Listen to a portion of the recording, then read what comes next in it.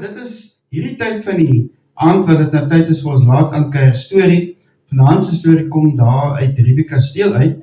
En die van julle wat nou vir Riebeeck Kasteel ken, sal weet daar was 'n oom Folly en 'n tannie Folly.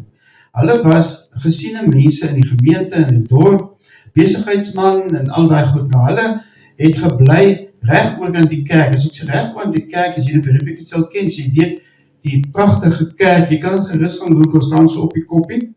en dan is die berg links van jou, en dan reg oor die kerk is daar nog 'n koppie, so hier so laagte tussen die kerk en hierdie koppie, en hulle het weer op die hoogste koppie gebly, hoogste punt, so hulle in die kerk was so hoogte gewees. Nou kan jy self in en daar ongelooflike uitsig daarvan hulle 'n volle spesiale stoep laat bou, wat reg om sy huis gegaan het, so jy kan amper op enige plek in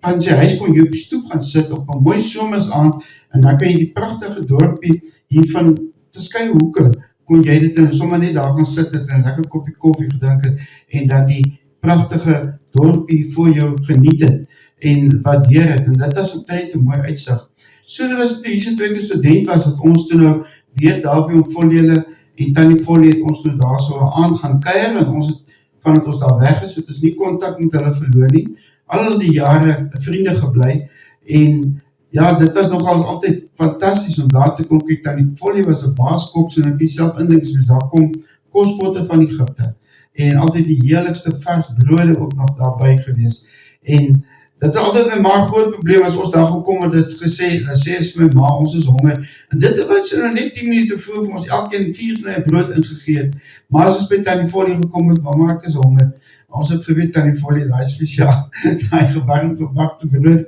en daai lekker kos, was altyd bout, jy weet, heel bout, wat sy vir ons van afgesny, toch, man, dit was lekker. Soos het in my studentenjare kom ons daar, maar ek het nou hierdie broer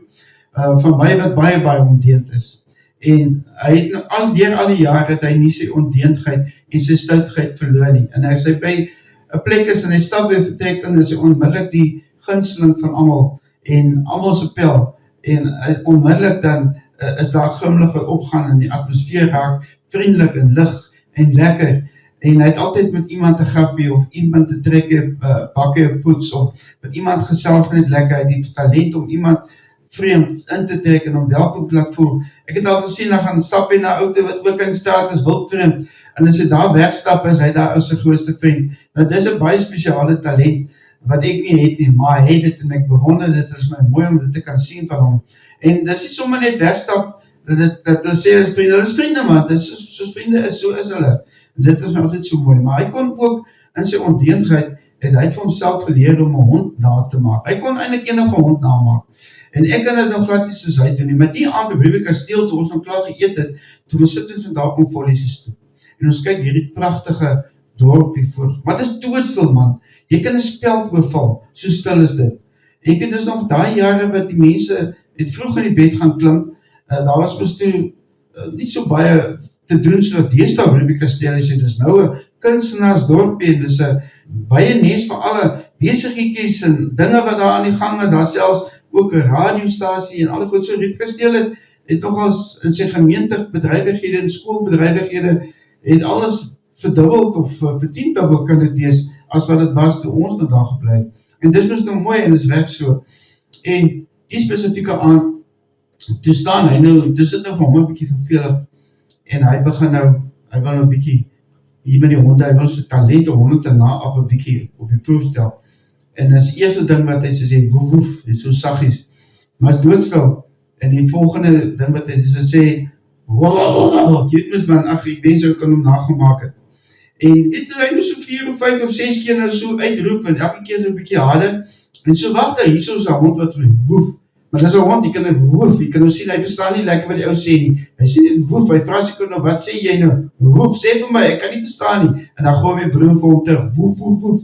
en dan kom my hond weer terug, en dan hierdie keer het hy nou so even verstaan, en sê, woef, woef, en so 'n bietjie vinnig, hy is 'n bietjie opgewonde, net toe hy nou so even begin word, die ander kaffie, kyk, dit was daai keffertjies, my blaf, hy nou tjik, met daai fyn drafie, en toe begin sel, hulle twee op mekaar, en so, en my broer gooi net aan mekaar, en woef, woef, en al die andere hondegeluide wat hy gooi in, ek sal vir jou sê, toe begin hy honde nou met mekaar te gesels, en so steek hy net, as iemand iets sê, dan gooi hy het in, en as iemand iets as een van die honde iets sê, dan is dit net, antwoord hy net harder terug, en so die honde om duidelik toe begin verstaan, dat hulle begin met hom teruggesels, en later aan,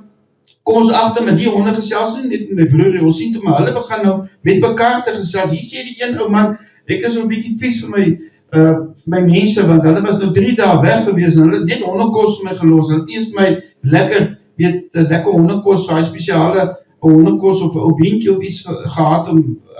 my te bederf of enigiets nie. So hy is al 'n bietjie vies vir hulle, maar hy sê daar, nee maar, hulle kom daar nou môre weer terug as ek dit nou reg het. Die ander ou sê nie, hy die afgelope paar dae, dit is die maag was so lekker gewees en sy ander ou sê sy voet is weet in 'n doring getrap en so moun hulle 'n bietjie oor die wat al 'n bietjie ouers van die honde, hulle moun so 'n bietjie en die jongetjies hulle raak opgewonde, hulle sê ons moet weer met mekaar speel. En woef, ons gaan hulle te keer, woef praat hulle met mekaar. En so begin my broer besef hy is nie meer nodig nie. Nou sit hy luister ons nou wat daar op die stoep sit, luister ons nou hierdie ding wat hier voor ons aangaan. Maar ek sê dit is chaos. Daai honde is want dit is asof dit 'n krisis is wat hier in die gang is. Maar ons wat nou van weet, hulle gesels net lekker mekaar. En die hele dorp se honde is betrokke,